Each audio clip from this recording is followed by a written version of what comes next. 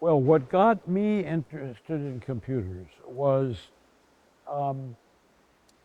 when I was starting to do pieces on these, where what I call them the intersecting cubes. And now I've got to explain something.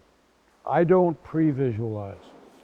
I at first thought that that was maybe keep me from being one of the really good ones. I assumed that that was a failure on my part. But but the counter to not pre-visualizing is that I have a very strong sense when it's right. So I know when it's right, and I know it very, very strongly. So I have to find a way to, in effect, make just tries. What if I do this? What if I do that? What if I join this together? So the first cast aluminum pieces were when I was cutting scrap off of various styrofoam packing cases. So I was basically making my own scrap, which was the next step from the broken sewer pipe. But it was the same impulse in that I was needing something to react to in a found object way. And so it was those. But then when I got interested in what happens when cubes or cuboids intersect each other, there are new shapes that appear. So, and those could be very interesting, but since I don't pre-visualize, the only way I could see the new resulting shape of intersecting, for instance, two cubes, was to make a very accurate model. Because if you're looking for the new shape, that means that the model has to be accurate. Well, if I don't pre-visualize and I'm having to do an accurate model for every what I call what if I do this, and each one of those models is 4 or 5 hours, the fact that I don't pre-visualize is a problem. So I said, I've got to find a way to work with this new vocabulary that really turns me on, but where I'm not physically making every what if. What if I do this? What if I do that? So that's when I said that maybe that's something that computers could do. But that was what's called solids modeling. That's heavy duty stuff. And there was only, at that time, one program in the world that would do that. And it was the German program put out by, what's the huge German industry? Siemens, I think. Yeah, Siemens. And this was a program that was $250,000.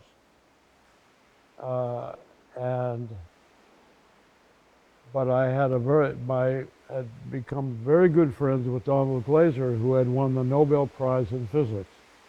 And Nobel Prize winners are just, the world is just, it's just kind of like a royal carpet that just is in front of you for the rest of your life.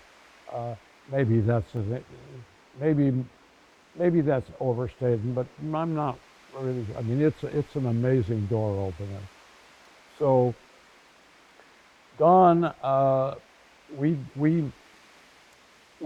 put together with his name in mind, but mainly him, a proposal to Siemens that we get this program, and we would use it to see if we could analyze something that sounded interesting, basically to get the program. And they agreed. God, it was there were the manuals that came with it was 8 feet of library, and I almost gave up on it but this was real early. I mean, the program was on tape, and but it was the first one um, that would that you could say, okay, join these two and then fuse them so that they became one object, and those what I call the secondary shapes would become could see them, and then they wrote a program that was an unfold so that I could then make those and end up making them in metal. And so that was the first of that. And at first I found it was the first time that the creative process was not involving my hands. And that was very hard. It was a step that was not, it was not a natural feeling. And I almost gave up on it. But at the time that I was just about ready to give up, it started working for me in the sense that I could make it do what I wanted it to do. And just at that point, I got asked to give a lecture to one of the junior colleges down on the peninsula. And I gave this talk, and but I was very clear that it wasn't really everything I needed, but it was a beginning, but it wasn't quite there. And after my talk, a man came up to me and said, do I understand that what's wrong with the current program is that he, named the 5 or 6 things he'd been paying attention, understood. I said, yes, that's the problem. He said, well, I think I might have an answer for you. My name is, I am the new head of HP Labs, and we have some new stuff that might be interesting to you. And he asked for my card, and about 2 weeks later, someone calls me up and says, Mr. Beasley, this is Tom so-and-so, and I'm your grants officer, and Joel Birnbaum said to find out what you need. And I said, I think I need everything. And the trucks came with everything. The computers, the books, the printers, scanners, I mean, everything. And help, which I immediately realized I hadn't appreciated how much that was. Phone help. So then I had a program that was really now, and the first program was just hidden line, but now it was shaded and I could move things in real time. They had a dial box, and you could rotate the different axes with the dial box.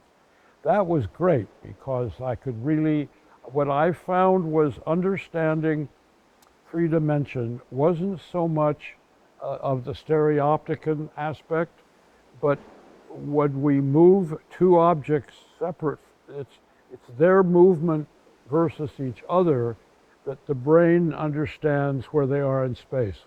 Much more than the stereopticon thing, at least for me. So since I was moving them all the time anyway, it was really fully dimensional to me because I kept seeing how they passed each other. So that really then was what led to the robustness of that whole, then what I call the cubic style.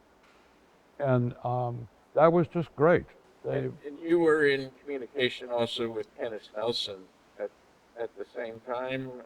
Yes, yes, and Ken was doing those wonderful renderings of imaginary things. His idea of a new paradigm vision for what the atom actually. Yes, that's right. And remember, he he spent basically his life investigating the atom, and so he was also using it for that. Um, and that was, but we became dear friends. I would say Ken was as dear a friend as I have in the art world, and just a prince of a guy, and miss him dearly. We're still very close with his wife, but wonderful guy, and wonderful sculptor. And you know, I think Ken is one of the people that truly invented his own vocabulary. Well, even when I had him as a guest artist when I was at New York Institute of Technology, the engineer said, "How did you get this guy? He's the grandfather of tensegrity." Well, he invented it. Yeah, much to his chagrin, because he was always pissed off that Buckminster Fuller actually supposedly coined the term, but was really took the idea straight from Kenneth. But then in the end, Kenneth is the only one who successfully first made really good sculptures. Yeah, yeah, that's right. That's right. No, and he really understood how those opposing cable forces could let other forms float in space. So his work got this lightness to it, um, but with incredible strength, which is we tend to associate things lightweight as weak, and so these very strong things, but they were very light and just grappled with space. Wonderful things, wonderful sculptures. And the two of you were both working essentially with silicon graph. No, you were working with HP Yeah, systems, yeah, and he was and working Kenneth with was working with silicon yeah, graphics. yeah, Yeah. yeah, But they were both this Unix systems. yeah, Yeah. yeah. And then you through I'm guessing it was through the International Sculpture Center. You also then connected with Rob Fisher and Yes. David Smalley, and then you all began to, well, you formed the Computers and Sculpture Forum, which was kind of an outgrowth of you were all board members of the ISC, and that was a outgrowth, and that led to eventually you guys convinced me to run the website for the International Sculpture Center, and that became the home for the Computers and Sculpture Forum, as as well as all of the ISC conferences that we set up workshops. A lot of history there, Robert. A lot of history, yeah. But both of us, shared a constant interest in technology that would free us for more and more possible shapes. But we also both shared a very, I think it's a rather uniquely American attitude as opposed to European, that we would share that with other sculptors. I think both of us were offended by or put off by the idea that we would whole kind of keep a secret when, I mean, we're showing the sculptures. Neither of us were inclined to not be generous and teachers about the technology. Yes. And Rob Fisher then also kind of extended that to the SCAN conference in Philadelphia at Franklin Institute.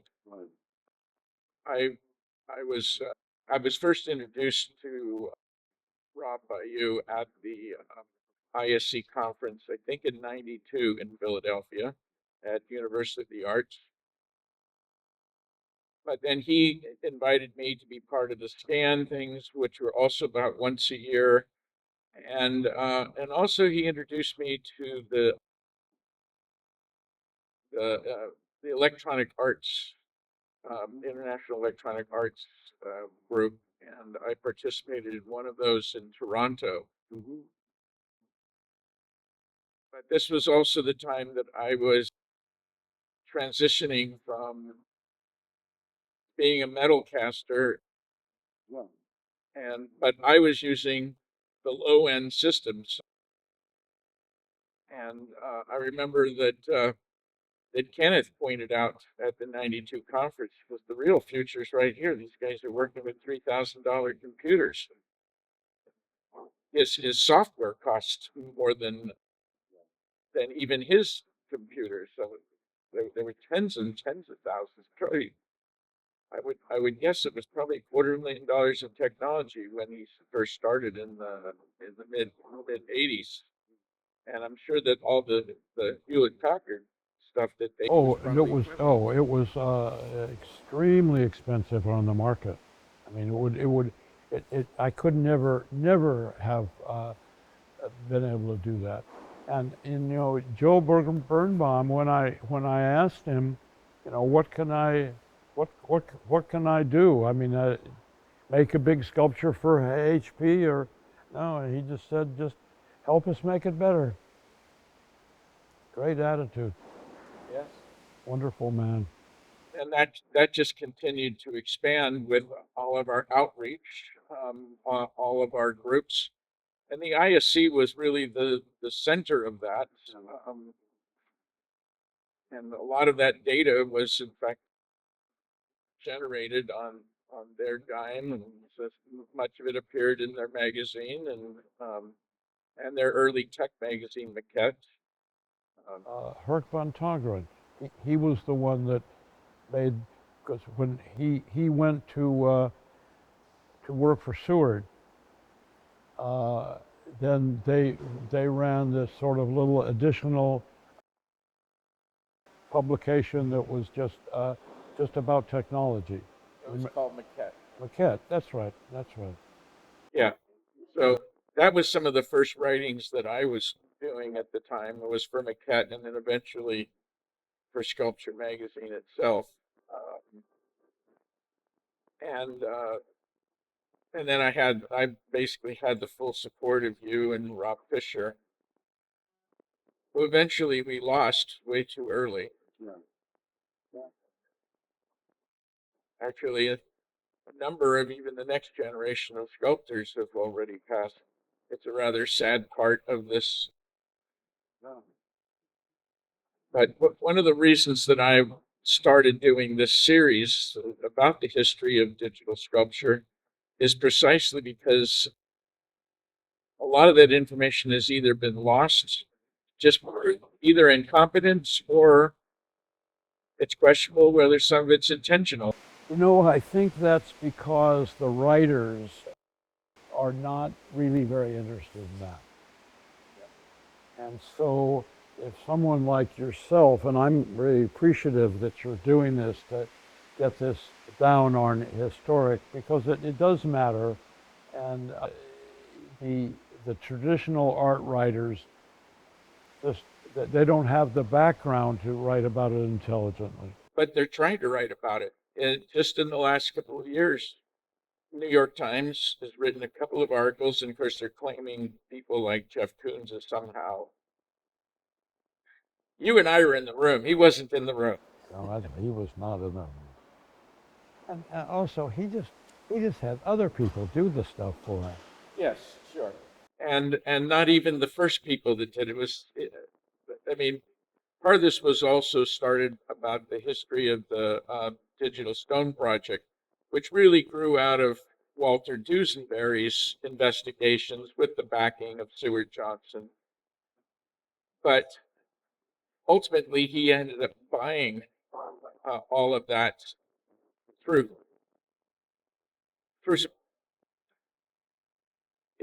it struck home to me when I was watching 60 Minutes, and Anderson Cooper was doing an interview with Jeff Koons at his studio in eastern Pennsylvania.